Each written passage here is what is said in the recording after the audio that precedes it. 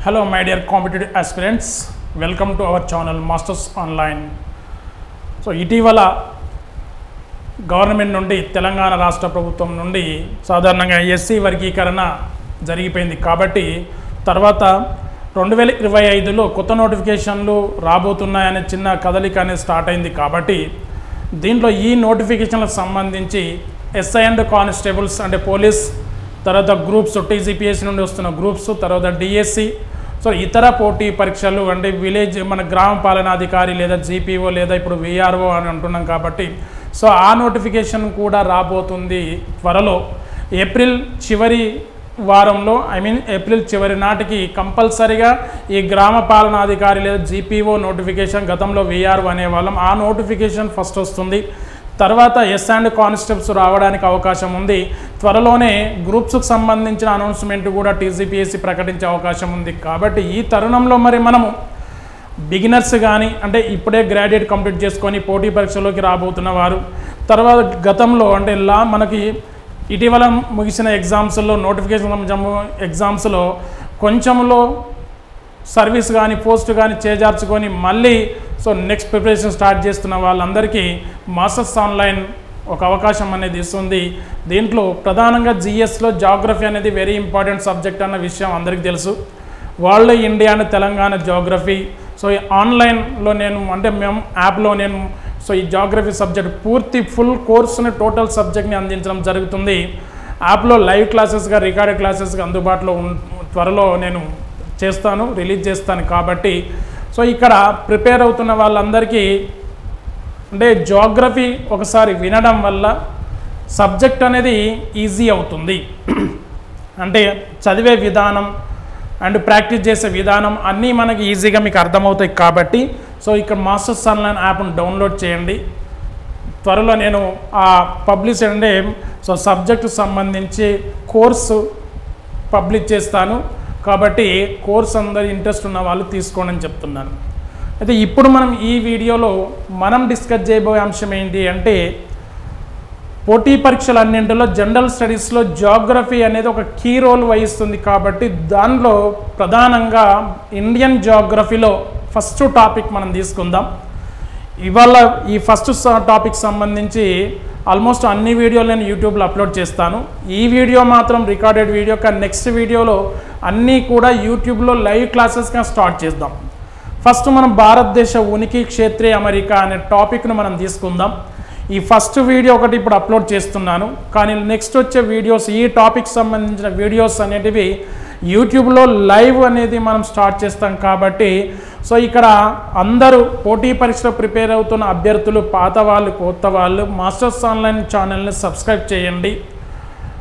యాప్ను డౌన్లోడ్ చేసుకోండి అండ్ ఫ్రెండ్స్కి మిత్రులకు కూడా షేర్ చేయండి మరి మనం డిస్కస్ చేయబోతున్న టాపిక్ ఏంటి అంటే భారతదేశం ఉనికి క్షేత్రీయ అమరిక సో ఇక్కడ భారతదేశం ఉనికి క్షేత్రీయ అమరికకు సంబంధించి మ్యాప్ ఫస్ట్ మనం తీసుకుందాం ఫస్ట్ ఇక్కడ టాపిక్ చెప్పే ముందు మీకు అందరికీ ఏంటంటే జస్ట్ ఓన్లీ వీడియోని చూడకుండా వీడియో చూస్తూ కొంచెం నోట్స్ అనేటివి నోట్ మేకింగ్ చేయాలి ఇలా కొన్ని పాయింట్స్ మీరు రఫ్గా రాయండి మ్యాప్ వేస్తూ రాస్తే అమ్మ ఇక్కడ మీరు సపరేట్గా మళ్ళీ ఒక బుక్ తీసుకొని చదవాల్సిన అవసరం ఉండదు ఈ వీడియో మీరు ఈ క్లాస్ మీరు చూస్తే అంటే జనరల్గా నేను ఎలా అప్రోచ్ అవుతాను మీరు కూడా అదే పద్ధతిని పాటిస్తే సబ్జెక్ట్ ఈ టాపిక్ అనేది చాలా ఈజీ ఎందుకంటే ఇక్కడ ఇండియా సైజ్ అండ్ లొకేషన్ లేదా భారతదేశం ఉనికి నైసర్గిక ఉనికి మరియు క్షేత్రీయ అమరిక అండి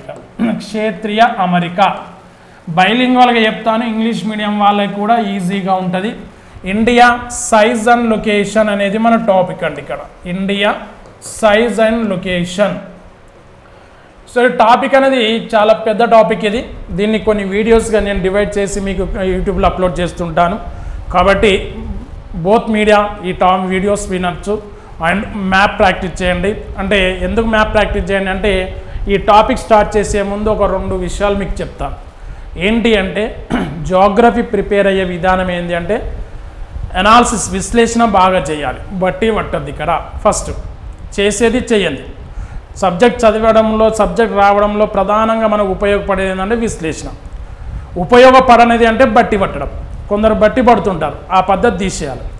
నెక్స్ట్ రెండోది ఏంటంటే మ్యాపింగ్ చేయాలి కంపల్సరీ. ఇక్కడ ప్రతి టాపిక్ని మనం మ్యాపింగ్ ద్వారానే చదవాలి, గుర్తుపెట్టుకోండి. మ్యాపింగ్ ద్వారా పటాల విశ్లేషణ, ప్రతి అంశాన్ని మీరు పటం రూపంలోనే డిస్కస్ చేస్తూ ఉండాలి, లేదా పటం రూపంలోనే చదువుతూ ఉండాలి, అధ్యయనం చేస్తుండాలి. తెలంగాణ కానీ ఇండియా కానీ ఏ టాపిక్ తీసుకొని ఆ టాపిక్ సంబంధించి ఒక మ్యాప్ ఉంటుంది కంపల్సరీ. అలా మ్యాప్ ద్వారా చదివితే నీకు టాపిక్ అనేది వెరీ ఈజీ అవుతుంది. మ్యాప్ లేకుండానే నేను మ్యాప్ వేస్తే అది కొంచెం ఇబ్బందిగా కనిపిస్తుంటుంది నాకు అన్న వాళ్ళకి టాపిక్ రాదు. ఏం చెప్తున్నా నేను, కంపల్సరీ నీకు జాగ్రఫీ నీ గ్రిప్లోకి రావాలంటే, నీ గ్రిప్లోకి రావాలి అంటే మెయిన్ వెపన్ ఏంటంటే మ్యాపింగ్, పటాల అధ్యయనం.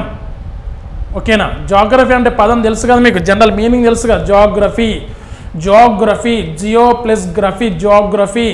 జియో అంటే భూమి, గ్రఫీ అంటే అధ్యయనం. దేని ద్వారా అధ్యయనం అంటే పటాల ద్వారా అధ్యయనం. గ్రఫీ పటాల ద్వారా అధ్యయనం అంటే అక్కడే పటాల ద్వారా అధ్యయనం అని ఉన్నది. కాబట్టి ఇక్కడ షార్ట్ కట్స్ కానీ లాంగ్ కట్స్ కానీ అన్నిటికీ మెయిన్ ఒకటే సొల్యూషన్ ఏంటంటే పటాల ద్వారా చదవడం. ఓకే, జాగ్రఫీలో షార్ట్ కట్స్ ఉంటాయి కానీ ఆ షార్ట్ కట్స్ అనేటివి మీకు ఎక్కువ రోజులు ఉపయోగపడవు. లైఫ్లో మనం సెట్ అవ్వాలి అంటే షార్ట్ కట్స్ మీద డిపెండ్ అవ్వద్దు. ఓకేనా? షార్ట్ కట్స్ అనేది ఎప్పటికీ కూడా మన పరిష్కారం కాదు సబ్జెక్ట్ రావడానికి. ఒకటి కట్, దానికి ఏంటిది పూర్తిగా సబ్జెక్ట్ను చదవడమే. ఏ సబ్జెక్ట్ అయినా తీసుకోండి, జనరల్ స్టడీస్లోనే గ్రూప్ 2 తీసుకుంటే ఒక 15 సబ్జెక్టులు వస్తుంటాయి. ఓకేనా? ఓ 13 సబ్జెక్టులు ఉంటాయి గ్రూప్ 1 గ్రూప్ 2, మీ దాంట్లో 13 నుంచి 15 సబ్జెక్టులు వస్తుంటాయి అంటే చూడండి. సో ఈ 15 సబ్జెక్టులు మళ్ళీ కోర్ సబ్జెక్టులు వేరు. అన్నిటినీ మనం పూర్తిగా అనాలిసిస్ చేసినప్పుడే మనకు జాబ్ అనేది వస్తుంది. 2025లో వచ్చే నోటిఫికేషన్లో కంపల్సరీ మనకి సర్వీస్ లేదా జాబ్ రావాలి అంటే కంపల్సరీగా థరో ప్రిపరేషన్ అనేది ఉండాలి. రూమర్స్ అనేది నమ్మద్దు. ఇక్కడ సబ్జెక్టు రావడానికి ఫస్ట్ రావడానికి ట్రై చేయాలి, నేర్చుకోవడానికి ట్రై చేయాలి, తర్వాత జాబ్ వస్తుంది. అండర్స్టాండ్? ఓకే గైస్, టాపిక్లోకి వెళ్దాం. మధ్యలో నేను చెప్తాను ఇలాంటి అంశాలు ఇంకే ఎలా చదవాలి అనేది. ఓకేనా? సో ఇప్పుడు టాపిక్ ఏంటిది? భారతదేశం ఉనికి, క్షేత్రీయ అమరిక. దీంట్లో మనం అధ్యయనం చేసే అంశాలు ఫస్ట్ దీంట్లో ఏమేమి టాపిక్స్ ఉంటాయంటే టాపిక్స్ ఫస్ట్ చూడండి.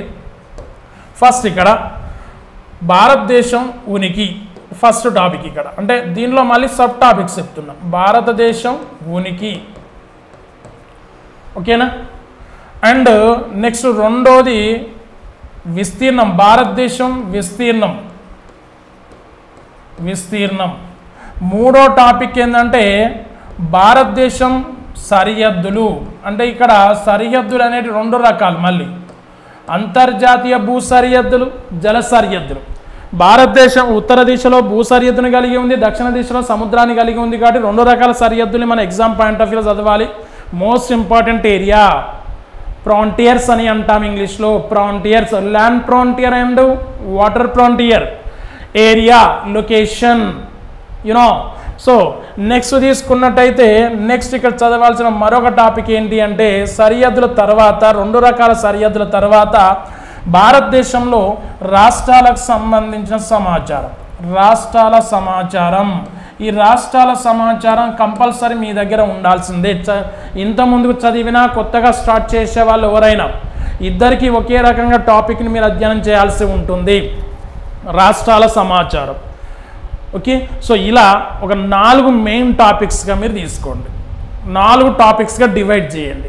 సో ఆల్మోస్ట్ 4 టాపిక్స్ మనకి ఉనికి, విస్తీర్ణం ఒక వీడియోలో డిస్కస్ చేద్దాం, సరిహద్దులు ఒక వీడియోలో, రాష్ట్రాల సమాచారం 1 లేదా 2 వీడియోలు, అంటే దాదాపు ఒక 3 నుండి 4 క్లాసెస్లో మనము దీన్ని డిస్కస్ చేద్దాము. ఈ 4 క్లాసులు నేను యూట్యూబ్లో మీకు అప్లోడ్ చేస్తాను కాబట్టి క్లాసు క్లియర్గా వినండి. డౌట్స్ ఉంటే ఇక్కడ మెసేజ్ చేయండి. అండ్ డిస్క్రిప్షన్లో కాంటాక్ట్ నెంబర్ ఉంటుంది, నెంబర్ కూడా ఫోన్ చేయండి.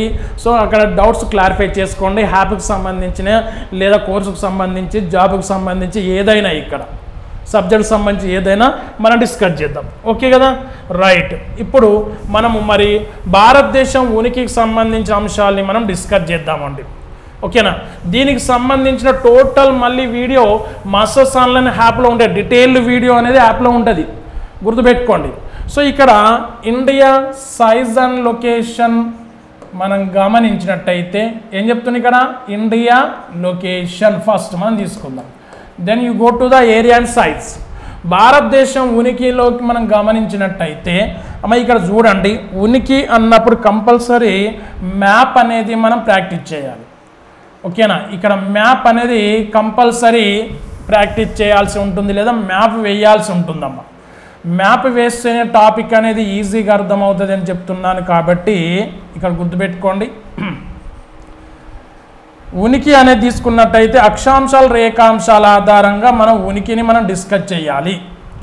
వేటి ఆధారంగా? అక్షాంశాలు రేఖాంశాల ఆధారంగా అని చెప్తున్నాను.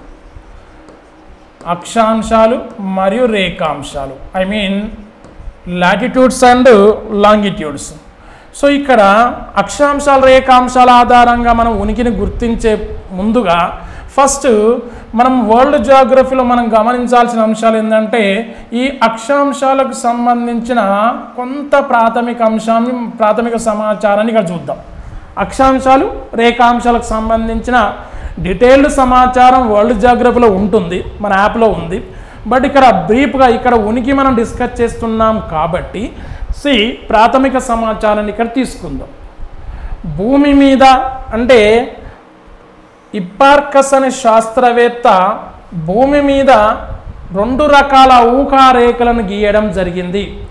ఆ ఊహారేఖలనే అక్షాంశాలు రేఖాంశాలు అని అంటారు.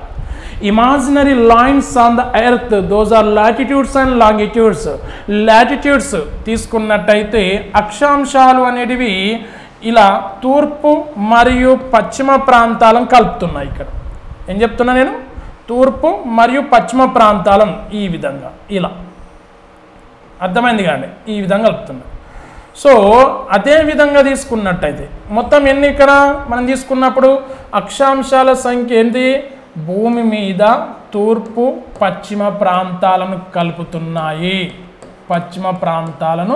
కలుపుతున్నాయి. Okay, latitudes are imaginary lines, those are connect east and west regions on the earth. Okay, then total number of latitudes మొత్తం అక్షాంశాల సంఖ్య ఎంత? 180 + 1. అంటే 1 అనేది ఏం చెప్తుంది ఇక్కడ మీరు గుర్తుపెట్టుకున్నట్టయితే అమ్మ ఇక్కడ చూడండి, ఈ 1 ఫస్ట్ తీసుకుందాం. ఇది 0 డిగ్రీ అక్షాంశం. దీన్ని భూమధ్య రేఖ అని అంటున్నాం. భూమధ్య రేఖ, ఈక్వెటార్.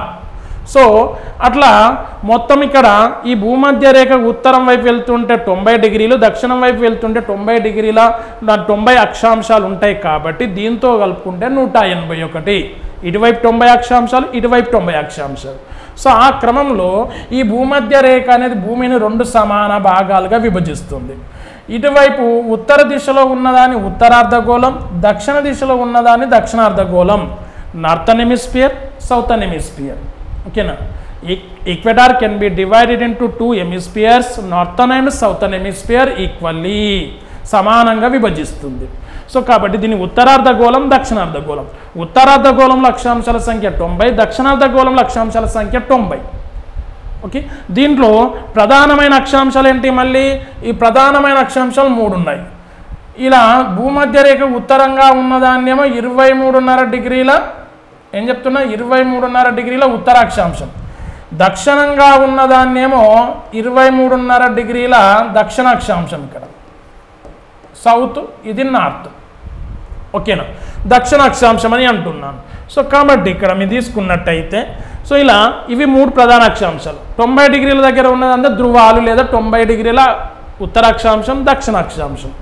23.5 డిగ్రీల ఉత్తరాక్షాంశాన్ని కర్కట రేఖ, 23.5 డిగ్రీల దక్షిణాక్షాంశాన్ని మకర రేఖ. Tropic of cancer and tropic of capricorn అని అంటున్నాం. అండర్స్టాండ్? దెన్ సో ఇది మరి అక్షాంశాలు వాళ్ళ ఉపయోగం ఏంటి అన్నప్పుడు ఒక ప్రాంతం యొక్క శీతోష్ణ స్థితిని ప్రభావితం చేస్తాయి లేదా తెలియజేస్తాయి. క్లైమేట్ శీతోష్ణ స్థితిని తెలియజేస్తాయి. శీతోష్ణ స్థితిని మనం అధ్యయనం చేయడానికి అక్షాంశాలు ఉపయోగపడతాయి. ఓకే, అలానే రేఖాంశాలు మరి లాంగిట్యూడ్స్ అని అంటాం. Total number of longitudes 360. These longitudes are connect north and south regions. ఏంటి? ఉత్తరం దక్షిణ ప్రాంతాల మధ్య, ఉత్తరం దక్షిణ ప్రాంతాల మధ్య ఇవి గీయబడ్డాయి. ఓకేనా? సో ఉత్తర దక్షిణ ప్రాంతాల మధ్య అంటే ప్రధానంగా మనం తీసుకున్నప్పుడు ఓకే, ఇలా మనము ఇప్పుడు రేఖాంశాల పరంగా తీసుకున్నప్పుడు చూడండి. ఓకేనా? 0 డిగ్రీ అనుకుందాం. తర్వాత ఇలా జనరల్గా మనం తీసుకుంటే సో ఇలా వస్తుంటాయి. సో ఈ విధంగా ఇది భూమధ్య రేఖ అనుకుని ఇలా మొత్తం ఉంటాయి. అంటే ఈ రేఖాంశాలు 360 రేఖాంశాలు ఏంటంటే సాధారణంగా వీటిని అర్ధవృత్తాలు అని అంటాం. ఈ రేఖాంశాలు సాధారణంగా ఖండించుకుంటాయి. అక్షాంశాలు ఖండించుకోగానే రేఖాంశాలు ఖండించుకుంటాయి. అక్షాంశాలు వృత్తాలు, రేఖాంశాలు అర్ధవృత్తాలు, సెమీ సర్కిల్స్. రేఖాంశాలు ఏంటి? రేఖాంశాలు అనేటివి ప్రధానంగా ఇక్కడ భూమి అనేది పశ్చిమ నుండి తూర్పుకు తిరిగే క్రమంలో ఇలా తిరుగుతుంది కాబట్టి సో తిరిగే క్రమంలో లేదా ఆత్మభ్రమణం చేసే క్రమంలో రేఖాంశాలు ప్రతి రేఖాంశం అనేది 1 డిగ్రీ కోణంతో కదులుతూ ఉంటుంది కాబట్టి ఇలా ఈ రేఖాంశాలు అనేటివి సమయాన్ని తెలియజేస్తాయి అని గుర్తుపెట్టుకోండి. సమయాన్ని తెలియజేస్తాయి. అలా రెండు రేఖాంశాల మధ్య ఒక రేఖాంశం నుండి మరొక రేఖాంశంకు భూమి కదలడానికి పట్టే సమయం 4 నిమిషాలు. ఎన్ని నిమిషాలు? 4 నిమిషాలు. ఇలా ప్రాథమిక సమాచారాన్ని మనం గుర్తుపెట్టుకున్న తర్వాత ఇప్పుడు మనం భారతదేశం యొక్క ఉనికిలోకి మనం వెళ్ళాలి. ఓకేనా? ఏంటిది ఉనికి? సి మ్యాప్ వేస్తున్నారు కదా, కంపల్సరీ సో మ్యాప్ వేయాలి. ఏ విధంగా ఎలా కంపల్సరీ మీరు కోచింగ్ తీసుకున్నా ఓన్గా ప్రిపేర్ అయినా మ్యాప్ అనేది very important, must and mandatory అని చెప్తున్నా. సి ఉనికి ఏంటి? Location of Indian land mass. భారతదేశం అనేది సాధారణంగా తీసుకుంటే అక్షాంశాల పరంగా 8 డిగ్రీల 4 నిమిషాల ఉత్తర అక్షాంశం నుండి ఓకేనా 37 డిగ్రీల 6 నిమిషాల ఉత్తర అక్షాంశాల మధ్య విస్తరించి ఉంది. ఉనికి అక్షాంశాల పరంగా రేఖాంశాల పరంగా రెండు గుర్తుపెట్టుకోవాలి. 8 degrees 4 minutes of north latitude south side, north సైడ్లో 37 డిగ్రీల 6 నిమిషాల ఉత్తర అక్షాంశాల మధ్య విస్తరించి ఉంది. ఇలా మొత్తం 8 నుండి 37 వరకు మనం గమనించినట్టయితే భారతదేశం మీదుగా వెళ్తున్న అక్షాంశాల సంఖ్య, అక్షాంశాలు అనే ఊకారేఖల సంఖ్య మొత్తం 30. ఎన్ని? 30 అక్షాంశాలు భారత భూభాగం గుండా ప్రయాణిస్తున్నాయి. అర్థమైందా? దీంట్లో ప్రధానమైనది ఏంటిది? ఇక్కడ మనం తీసుకున్నట్టయితే అమ్మాయి రేఖాంశం, ఒక అక్షాంశాన్ని తీసుకోవాలి. ఏంటి అక్షాంశం? ఇది 23.5 డిగ్రీల ఉత్తర అక్షాంశం అనేది భారతదేశం మధ్య గుండా వెళ్తుంది. దాని గురించి డీటెయిల్గా మనం చూడాల్సి ఉంటుంది. దెన్ ఇయర్ అలానే రేఖాంశాల పరంగా తీసుకున్నప్పుడు ఇక్కడ తీసుకుంటే 68 డిగ్రీల 7 నిమిషాల తూర్పు రేఖాంశం నుండి ఇక్కడ 97 డిగ్రీల 25 నిమిషాల తూర్పు రేఖాంశం మధ్య భారతదేశం విస్తరించింది. అక్షాంశాలు అన్నప్పుడేమో నార్త్ మెన్షన్ చేయండి, రేఖాంశాలు అన్నప్పుడు ఈస్ట్ మెన్షన్ చేయండి. ఎందుకు అలా మెన్షన్ చేయాలంటే నేను చెప్తాను. ఫస్ట్ రేఖాంశాలు మళ్ళీ ఒకసారి గమనించండి. 68 డిగ్రీల 7 నిమిషాల తూర్పు రేఖాంశం నుండి 97 డిగ్రీల 20 నిమిషాల తూర్పు రేఖాంశాల మధ్య భారతదేశం విస్తరించి ఉంది. ఈ సందర్భంగా ఇంకో విషయం ఇది ఇక్కడ పరిశీలించాలి. అక్షాంశాలు 30 అక్షాంశాలు ప్రయాణిస్తుంటే అదేవిధంగా రేఖాంశాలు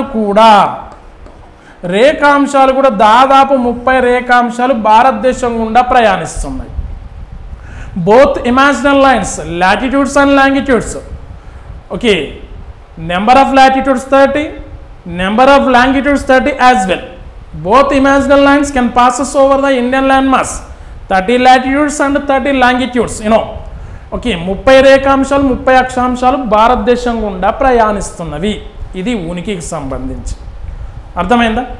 సో దాంట్లో 23.5 డిగ్రీల ఉత్తర అక్షాంశమైన కర్కట రేఖ గురించి నీవు అధ్యయనం చేయాలి.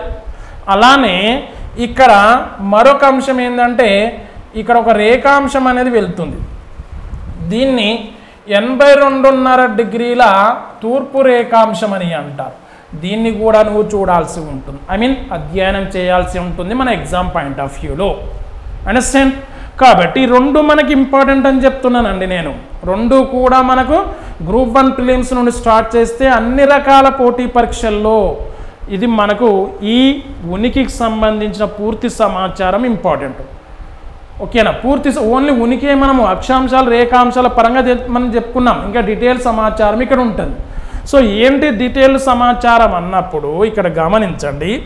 ఇప్పుడు అక్షాంశాలు రేఖాంశాల పరంగా భారతదేశం భూమి మీద లేదా భూగోళం మీద ఎక్కడ విస్తరించి ఉంది అనేది ఇంపార్టెంట్. క్వశ్చన్ అడుగుతాడు, అక్షాంశాల పరంగా భారతదేశం భూగోళం మీద ఏ ప్రాంతంలో విస్తరించి ఉందని చెప్పి ఉత్తరార్ధగోళం, దక్షిణార్ధగోళం, పూర్వార్ధగోళం, పశ్చిమార్ధగోళం ఇలా 4 ఆప్షన్లు ఇస్తాడు.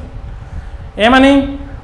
అక్షాంశాల పరంగా భారతదేశం ఏ ప్రాంతంలో విస్తరించి ఉంది అని గుర్తించండి అని చెప్పేసి ఫస్ట్ ఉత్తరార్ధగోళం, బి దక్షిణార్ధగోళం, సి పూర్వార్ధగోళం, డి పశ్చిమార్ధగోళం.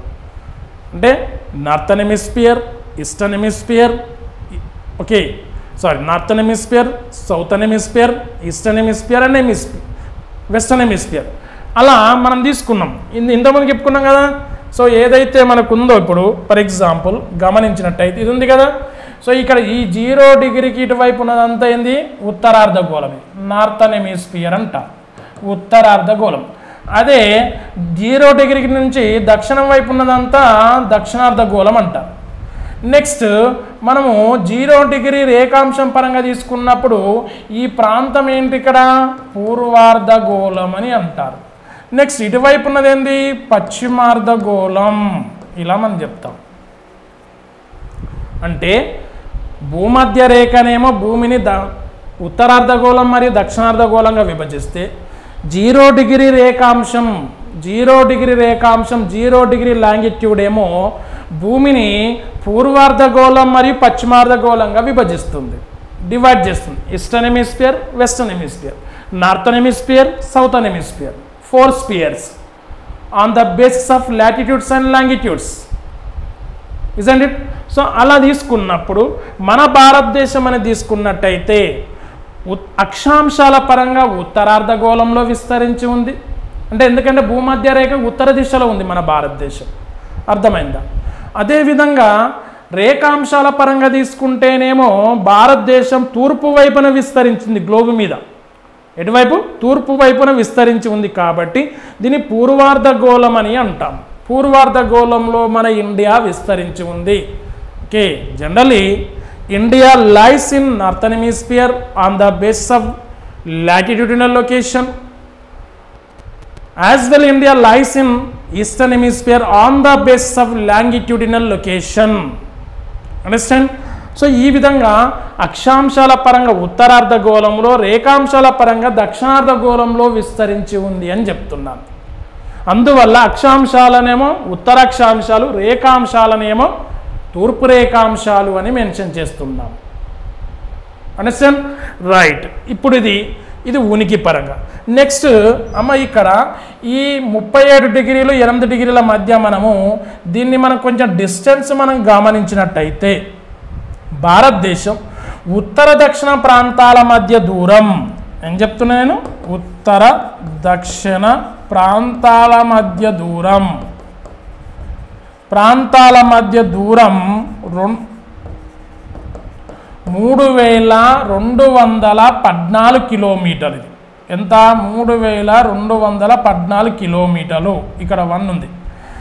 అలానే ఇక్కడ మనం తీసుకున్నప్పుడు తూర్పు పశ్చిమ ప్రాంతాల మధ్య దూరం ఈ ప్రాంతాలు ఇది తీసుకున్నప్పుడు ఇక్కడ 2933 కిలోమీటర్లు. అర్థమైందా? ఓకేనా? సో ఇక్కడ నేనేం చెప్తున్నా, ఇక్కడ గమనించండి, ఉత్తర పశ్చిమ ప్రాంతాల మధ్య దూరం. ఓకేనా? సారీ, ఉత్తర దక్షిణ ప్రాంతాల మధ్య దూరం 3214 కిలోమీటర్లు. అదేవిధంగా తూర్పు పశ్చిమ ప్రాంతాల మధ్య దూరం ఎంత అంటే మధ్య 2933 కిలోమీటర్లు. ఇది మధ్య దూరం. సో ఈ విధంగా తీసుకోండి. ఈ క్రమంలో మీరు చివరి ప్రాంతాలు కూడా గమనించాలి. ఇక్కడ ఉనికి ఉంది కదా, ఈ చివరి ప్రాంతాలు అంటే ఈ అక్షాంశాలు రేఖాంశాల ఆధారంగా చివరి ప్రాంతాలు గుర్తుపెట్టుకోవాలి. ఏంటా చివరి ప్రాంతాలు? Very important. భారతదేశం యొక్క చివరి ప్రాంతాలు ఎక్స్ట్రీమ్ పాయింట్స్ అని అంటారు వీటిని. ఎక్స్ట్రీమ్ పాయింట్స్ చివరి ప్రాంతాలు ఉన్నప్పుడు మళ్ళీ మ్యాప్ను మనం పరిశీలించాల్సి ఉంటుంది. ఇలా ఏం చెప్తున్నా నేను? మ్యాప్ను పరిశీలించాల్సి ఉంటుందని చెప్తున్నాను. జనరల్గా తీసుకుంటే ఈ విధంగా. సో మ్యాప్ ఆధారంగా అయితే మళ్ళీ మనకి ఈజీగా ఉంటుంది. జనరల్గా మనకు అనుకూలంగా ట్యామ్ వేసుకోవాలి. ఓకేనా? ప్రతిసారి మ్యాప్ నీట్గా వేస్తా అంటే కంపల్సరీ కుదరని పని. ఒక్కొక్కసారి మార్చుతూ ఉండాలి. జనరల్గా తీసుకోండి. ఓకేనా? ఇప్పుడు ఇక్కడ ఉత్తర చివరి ప్రాంతం, నార్థన్ మోస్ట్ ఏరియా అని అంటారు ఇంగ్లీష్లో. ఉత్తర చివరి ప్రాంతం అమ్మ ఇక్కడ 37 డిగ్రీల 6 నిమిషాల దగ్గర ఏముంటుందంటే కిలిక్దావన్ ప్రాంతం ఉంటుంది. ఓకేనా? ఈ ఏరియా 37 డిగ్రీల 6 నిమిషాల వద్ద ఏముంటుందంటే కిలిక్దావన్ కనుమ ఉంటుంది. పర్వతాల ప్రాంతం, ట్రాన్స్ హిమాలయాలు. ఓకే, ప్రజెంట్ పీఓకే ప్రాంతం, అది పాకిస్తాన్ ఆక్యుపైడ్ కాశ్మీర్ అది. సో అక్కడ కిలిక్దావన్ కనుమ, ట్రాన్స్ హిమాలయాలు, కారాకోరం పర్వత ప్రాంతాల్లో ఉన్న ఒక కనుమ, పర్వత లోయల ప్రాంతం అది. ఓకేనా? కానీ కొన్ని పుస్తకాల్లో ఇందిరా కోల్ అని కూడా ఉంటుందమ్మా. ఇందిరా కోల్ అని కూడా ఉంటుంది. మరి ఇదేలా? కిలిక్దావన్ కనుమలో ఇందిరా కోల్ ఒక భాగం అది. ఆ ఇందిరా కోల్ ఎక్కడ ఉంటుందంటే ఈ ప్రాంతంలో ఉంటుంది. ఇక్కడ 35 డిగ్రీల ఉత్తర అక్షాంశం వద్ద ఇందిరా కోల్ ఉంటుందని గుర్తుపెట్టుకోండి. 35 డిగ్రీలు. ఓకేనా? దాదాపు 35 డిగ్రీల 9 నిమిషాల ఉత్తర అక్షాంశం వద్ద ఇందిరా కోల్ ఉంటుంది. ఓకే, ఇది ఆల్మోస్ట్ ఏంటంటే మనకి ఇక్కడ మనం గమనించినట్టయితే అమ్మ ఇక్కడ మన ప్రస్తుతం భారత భూభాగం. ఓకేనా? పీఓకేగా చెప్పబడుతున్నది కూడా వాస్తవానికి మన భూభాగమే. అది అధికారికంగా పాకిస్తాన్ పోలేదు అది. సో అలా 37 డిగ్రీలు చెప్తున్నాం చివరి ప్రాంతం. ఒకవేళ ఎగ్జామ్లో 37 డిగ్రీల 6 నిమిషాల దగ్గర ఉన్న భారత భూభాగం యొక్క చివరి ప్రాంతం ఏంటి అంటే కంపల్సరీగా ఇందిరా మనకి కిలిక్దావన్ కనుమనే చెప్పాలి. 37 డిగ్రీల దగ్గర ఉన్న ప్రాంతం కిలిక్దావన్ కనుమ, 35 డిగ్రీల దగ్గర ఉన్న ప్రాంతం ఇందిరా కోల్. ఆప్షన్ బట్టి చూసుకోవాలండి. ఉత్తర చివరి ప్రాంతం అన్నప్పుడు కంపల్సరీగా కిలిక్దావన్ కనుమనే వస్తుంది. ప్రస్తుతం ఉన్న భారత భూభాగం వరకు మాత్రమే ఇందిరా కోల్. గుర్తుపెట్టుకోండి, పీఓకే మనదే కాబట్టి కిలిక్దావన్ కనుమ. అండర్స్టాండ్? రైట్. అదేవిధంగా దక్షిణం చివరి ప్రాంతం తీసుకున్నట్టయితే అమ్మ ఇక్కడ దక్షిణ చివరి ప్రాంతం అండమాన్ నికోబార్ దీవులు మనం పరిశీలించినట్టయితే అమ్మ ఇక్కడ అండమాన్ నికోబార్ దీవుల్లో ఓకే గ్రేట్ నికోబార్ దీవుల్లో చివరి దీవి ఇందిరా పాయింట్. నెక్స్ట్ ప్రధాన భూభాగంలో అన్నప్పుడు మాత్రం కన్యాకుమారి వస్తుంది. ప్రధాన భూభాగం కన్యాకుమారి లేదా కేఫ్ కెమరిన్. ప్రధాన భూభాగంలో దక్షిణ చివరి ప్రాంతం కన్యాకుమారి లేదా భౌగోళికపరమైన పేరు కేఫ్ కెమరిన్. అదేవిధంగా తూర్పు చివరి ప్రాంతం, ఈ చివరి ప్రాంతంలో దిపు లేదా కిబుతు కనుమ అనేది ఉంటుంది. కనుమ ఎత్తైన పర్వతాల మధ్య ఉండే ప్రాంతం. వియాక 2 పర్వతాలు కలిసే ప్రాంతంలో ఉన్న ఆ లోయ లాంటి భాగాన్ని కనుమ అని అంటారు. పాస్ అని అంటాం. దిపు పాస్ ఆర్ కిబుతు పాస్ ఇక్కడ ఉంటుంది. ఇక్కడ ఉన్న మొత్తం ఈ పర్వతాలు ఏంటి అంటే ఇవన్నీ పాట్కాయిబమ్ పర్వతాలండి. ఈ పాట్కాయిబమ్ పర్వతాల్లో ఉంటుంది. ఏం పర్వతాలు చెప్తున్నానండి నేను? పాట్కాయిబమ్ పర్వతాల్లో దిపు లేదా కిబుతు కనుమ అనేది ఉంటుంది. అరుణాచల్ ప్రదేశ్ రాష్ట్రం. దాని దగ్గరలోనే దాంగ్ అనే ప్రాంతం కూడా ఉంటుంది. అండర్స్టాండ్? రైట్. అదేవిధంగా మీరు ఇక్కడ వైపు పశ్చిమ చివరి ప్రాంతం వైపు వస్తే పశ్చిమం, తూర్పు ఏమని చెప్పాం మనము? తూర్పు ఏమని మనం డిస్కస్ చేసాం? దిపు కనుమ లేదా కిబుతు కనుమ అనేది తూర్పు చివరి ప్రాంతం.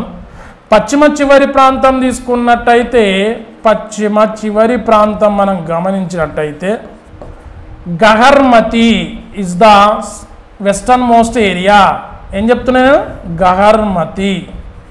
ఇలా గహర్మతి. వీడియోను క్షుణ్ణంగా వినండి. ఓకే, ఏంటి? గుజరాత్ రాన్ ఆఫ్ కచ్ ప్రాంతంలో ఉన్న గహర్మతి పశ్చిమ చివరి ప్రాంతం. పశ్చిమ చివరి ప్రాంతం అని గుర్తుపెట్టుకోండి. ఓకే, ఇలా అక్షాంశాలు రేఖాంశాల పరంగా భారతదేశం యొక్క చివరి ప్రాంతాలు లేదా ఎక్స్ట్రీమ్ ఏరియాస్ అడుగుతారు. Northern most, southern most, eastern most as well western most. Okay, నార్త్లో కిలిక్ ధవన్ కనుమ, దక్షిణంలో ఇందిరా పాయింట్, ప్రధాన భూభాగంలో కన్యాకుమారి, తూర్పు చివరి ప్రాంతం దిపు కనుమ, పశ్చిమ చివరి ప్రాంతం ఏమో గహర్మతి.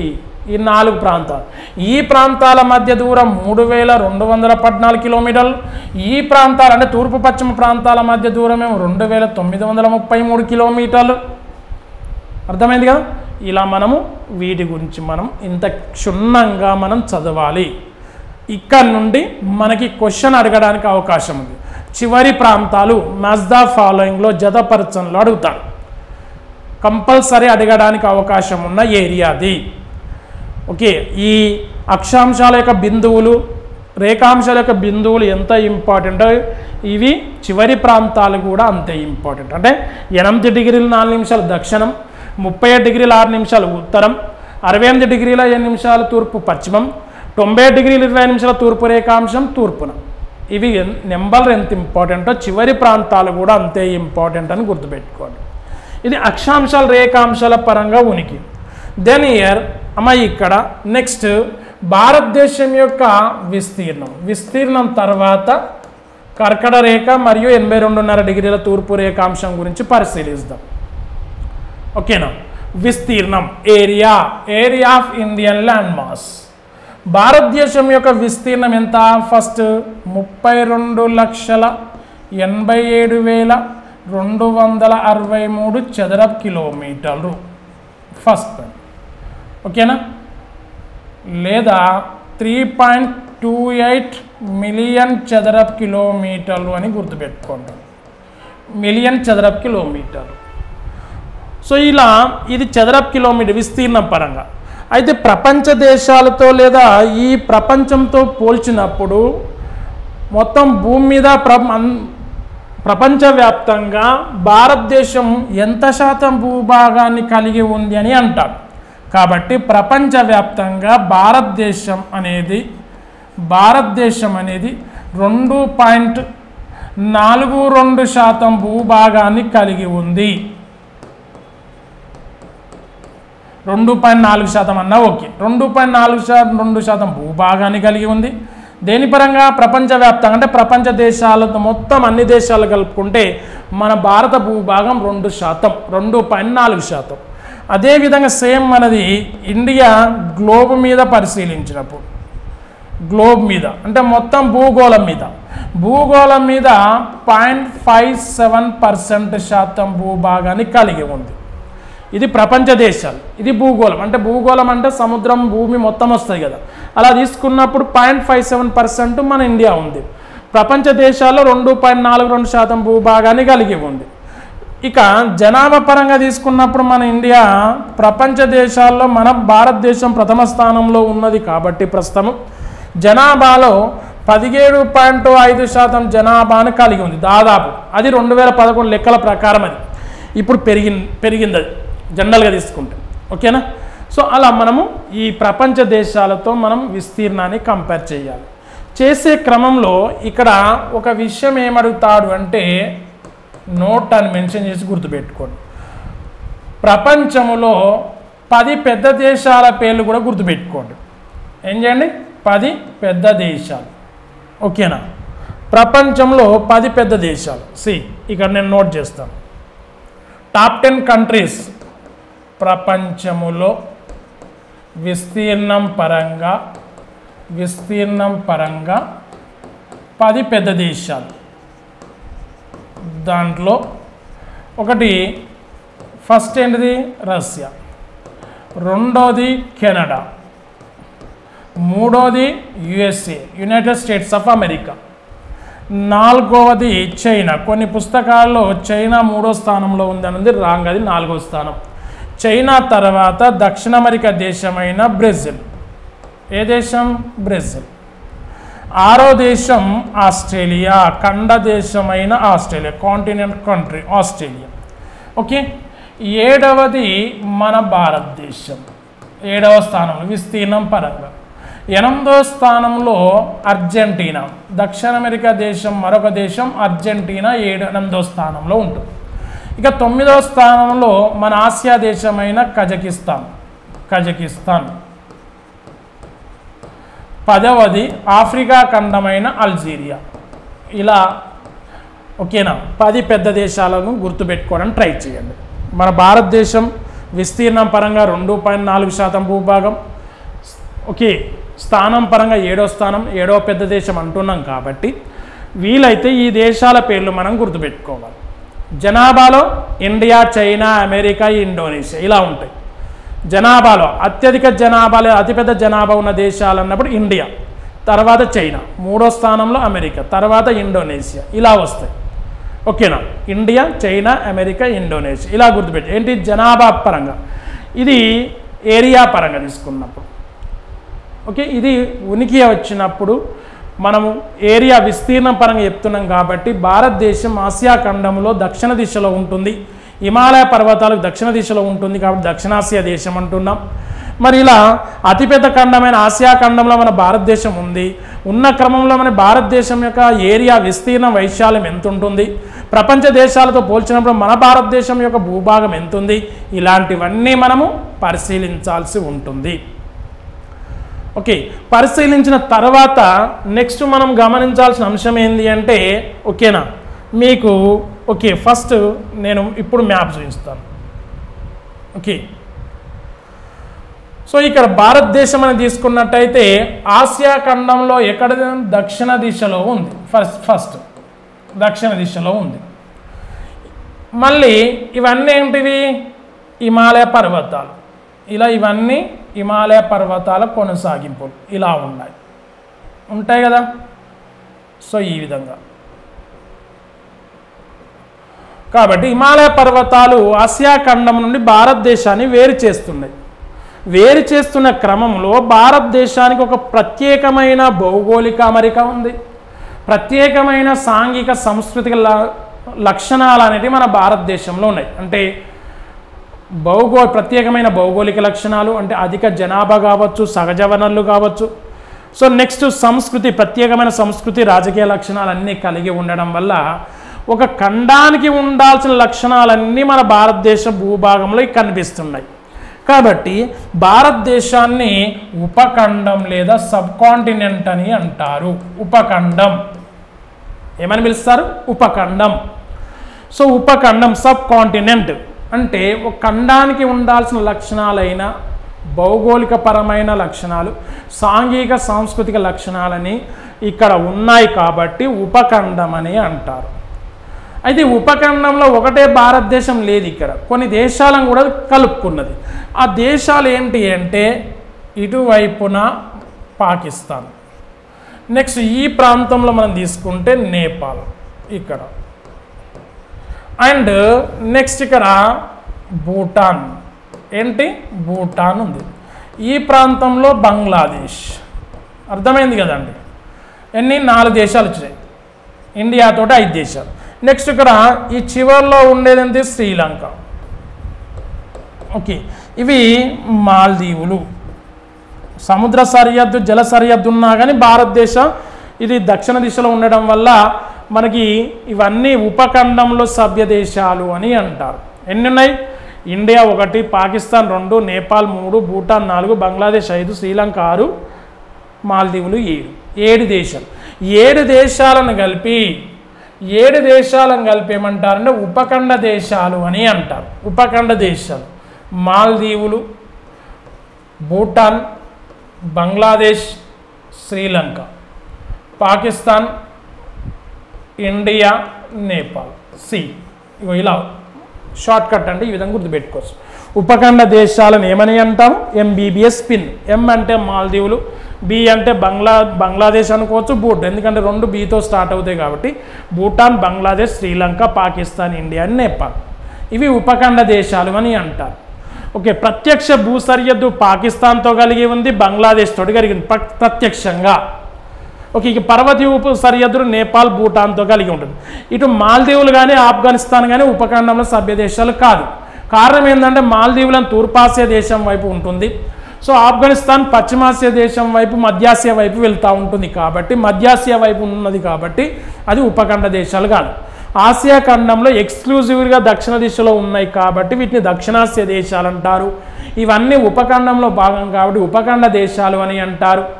ఈ ఉపఖండ దేశాలన్నీ కలిపి ఇక్కడ సార్క్ అనే సమ్మిట్ని లేదా సార్క్ అనే కూటమిని కూడా ఏర్పాటు చేసుకునే విషయం గుర్తుపెట్టుకోవాలి ఎప్పుడైనా. SAARC, south Asian association for regional cooperation, south Asian association for regional cooperation అనే ఒక కూటమిగా ఏర్పడ్డాయి. ఈ కూటమిలో 7 సభ్య దేశాలు. అయితే 2007వ సంవత్సరంలో ఆఫ్ఘనిస్తాన్ కూడా చేరింది. 2007వ సంవత్సరంలో ఆఫ్ఘనిస్తాన్, ఇక్కడ ఉన్న ఆఫ్ఘనిస్తాన్ సభ్య దేశంగా చేరింది కానీ ఉపఖండంలో సభ్యుడు కాదు, కేవలం సార్క్లో సభ్య దేశం. అర్థమైందా? ఇలా ఉపఖండానికి సంబంధించిన అంశాలు కూడా మీరు గుర్తు చేసుకోవాలని చెప్తున్నాను, అందుకోసం ఇది చెప్పాల్సి వచ్చింది. ఓకేనా? ఇది భారతదేశ ఉనికి విస్తీర్ణం సంబంధించిన అంశాలు. ఓకేనా?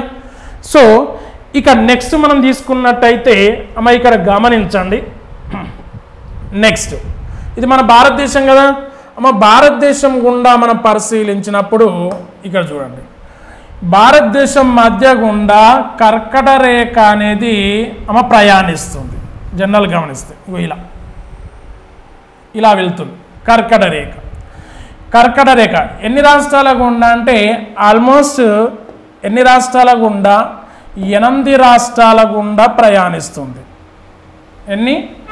8 రాష్ట్రాల గుండా ప్రయాణిస్తుంది. ఏంటి కర్కట రేఖ? 8 రాష్ట్రాలు: గుజరాత్, మధ్యప్రదేశ్, ఛత్తీస్గఢ్, జార్ఖండ్, వెస్ట్ బెంగాల్, త్రిపుర అండ్ మిజోరాం. కానీ మనం గుర్తుపెట్టుకోవడం ఎక్కడి నుంచి? మిజోరాం, త్రిపుర, వెస్ట్ బెంగాల్, జార్ఖండ్, ఛత్తీస్గఢ్, మధ్యప్రదేశ్, గుజరాత్, ఇలా గుర్తుపెట్టుకోవాలి. ఓకేనా? Right.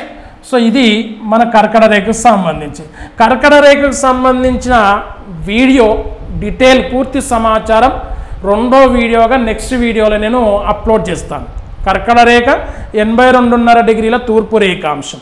Group 1 prelims, even civils ప్రిలిమ్స్లో అడిగే విధంగా మనం వీటిని మరొక వీడియోలో, ఇది ఫస్ట్ వీడియో, నెక్స్ట్ సెకండ్ వీడియోలో కర్కట రేఖ మరియు 82.5 డిగ్రీల తూర్పు రేఖాంశం ఇది ఉంది కదా, ఈ తూర్పు రేఖాంశం ఇది, దీని గురించి మనం డిస్కస్ చేద్దాం. ఓకేనా? Right. So video compulsory like చేయండి, షేర్ చేయండి, మాస్టర్స్ ఆన్లైన్ యాప్ను డౌన్లోడ్ చేయండి. సో నెక్స్ట్ నుంచి మనం లైవ్ వీడియోస్ మనం అప్లోడ్ యూట్యూబ్లో స్టార్ట్ చేసుకుందాం. Okay, thank you very much.